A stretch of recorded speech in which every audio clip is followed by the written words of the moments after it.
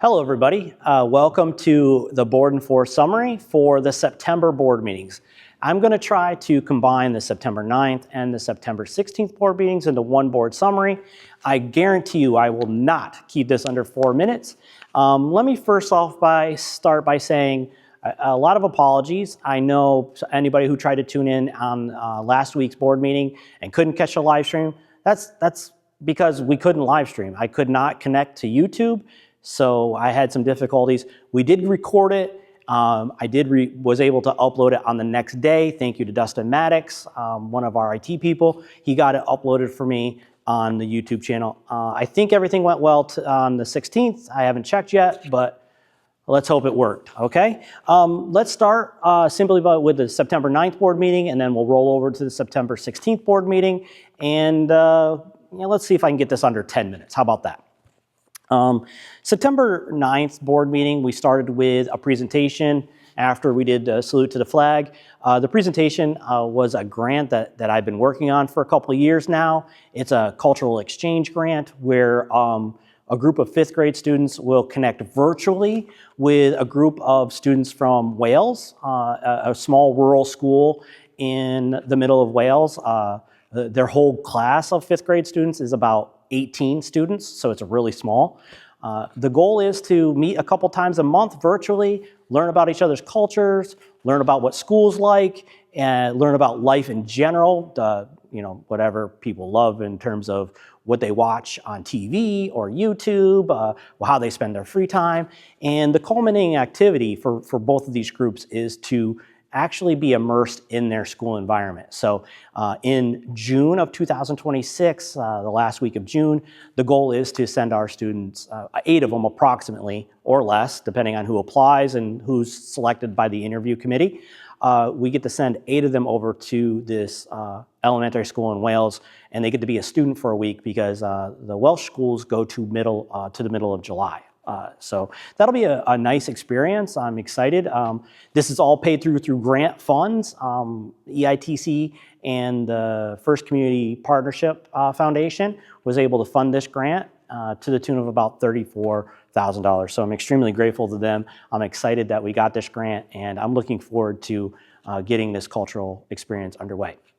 So I presented that to the board, and then on the 16th agenda, I did have to have them approve the travel part of that because it is international travel. Just like our History Club, when they travel internationally, our board has to approve that, or even when the seniors travel to Florida and it's overnight, they have to be approved. So the board did approve that, but I'll talk about that a little later. There were no committees to speak of on the 9th. We spent our time in executive session for legal reasons, which I'll talk about. We also approved a resolution for a legal settlement agreement, so that went without incident, and that was voted unanimously by the board. In financial business, there wasn't anything really other than normal bills. You'll notice we're a little higher than most because it's the beginning of the year. We're buying products and supplies for all the teachers and staff. So that was probably what you'll see in those bills. Personnel, you'll see us hiring more support staff, some resignations. If you are looking for a part-time or full-time job and you want to check out our website, we're always looking for a variety of support staff positions. We're always trying to fill those, and we'd love to have you apply and be a part of the Wildcat family. Contracts and agreements, there were 4 contracts and agreements. None of them overly major. The one I want to talk about is the continued partnership with the Bradford-Tioga Head Start. This has started way back in 2016, where we set up an agreement to allow them to provide pre-K education in our buildings, SRU and elementary. We love that partnership. We love Bradford-Tioga Head Start. We love what they're doing with our students. They're really setting them up for success when they move on to kindergarten, so we're excited to keep that partnership going. In terms of curriculum and instruction, the board approved the FFA overnight trip to the National Convention at the end of October in Indianapolis, and also they approved the FFA trip calendar for 2025-2026. It was great. They put everything that they do, and they do a lot, on one document, and the board got to see it, and we really appreciate what the FFA advisors do and all the work the FFA members put in to really grow in their own learning. So it's pretty amazing. That was about the gist of the September 9th meeting. It wasn't that long. I think it might have been an hour long, but that was because we were kind of just chit-chatting about things, and we recognized some people that were in the audience and stuff. So some shout outs to some people that helped us throughout the week behind. Looking at the September 16th board meeting, that was, again, pretty straightforward. You'll notice that if you are checking out our meeting schedule online, there are 2 times a year that we meet twice a month when we think the business will be more hectic, and which require 2 meetings. September and May were what we identified as the 2 months we potentially need 2 meetings a month, and I'm glad we did, because we were able to get some things done in September. So on September 16th, we took a look at a presentation that started off the night with the History Club officers. They presented on a trip in November to Pittsburgh. It seemed very, very educational, very worthy, very history-based. I'm looking forward to talking to them after they come back from that trip. Pittsburgh's an interesting city. It's got a lot of culture and a lot of history that people don't necessarily know about. So I'm excited to see what they take away from that experience. Committees met. Nothing major. Policies didn't really have any policies on there, so they didn't really have much to discuss.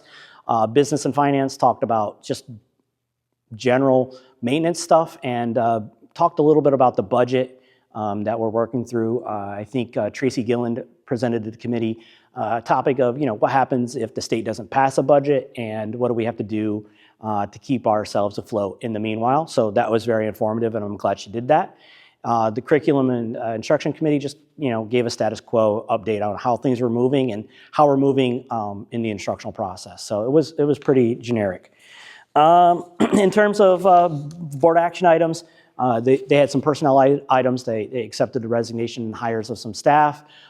They acknowledged the elimination of a transportation coordinator position. That person is retiring at the end of the month, and we're looking to not replace it in an effort to save some money. Then the board also approved our opportunity to divvy out some of those duties to the Student Services Office, to 3 individuals that we're going to give a stipend to, because we're going to temporarily try to do this.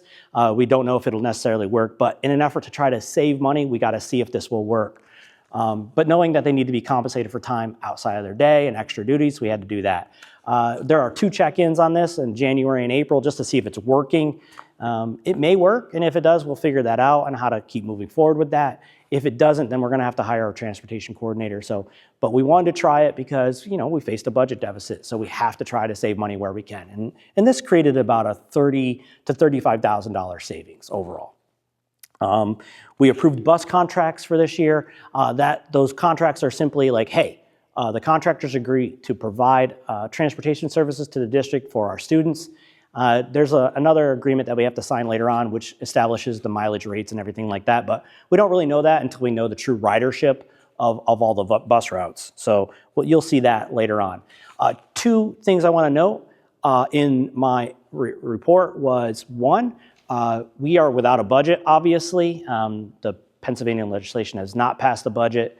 They're still in an impasse. We have no definitive timeline when that will happen. Because of that, we are billed monthly by cyber charter schools to pay their tuition. We have 2 options on that. We don't necessarily have to pay it, and they can take it out of our basic ed funding at the end of the year. It's not a penalty. But we felt, as we are not getting any state subsidies or any state payments, that we're not going to be paying any cyber charter school payments at this time. So we talked about that a little bit. And also, we wanted to recognize Regan McDaniel. Regan is a senior who's, boy, she's something. She takes courses in collision and auto body at the Career Center. She's on WOLA. She's a member of the FFA. And she was selected to go compete in the Big E, which is a FFA employment skills competition held in Boston. It's a national competition. She competed against people all across our nation, and she came in 2nd place. So we're super proud of Regan and her accomplishment. She definitely made us very proud of her, and she represented the Wildcats in the best fashion possible. She's excellent. That was pretty much the gist of everything that happened on the agenda. Just a reminder, the next board meeting is October 14th here in the admin office at 7 p.m. I invite people to come down. We got lots of seating. Not the greatest parking, but we'll make do. So come on down, check it out in person. If not, we're going to be live streaming it until we're not live streaming it. That might be a discussion topic in the future. Who knows? But stay tuned, and I hope you all have a great day. And as always, go Wildcats.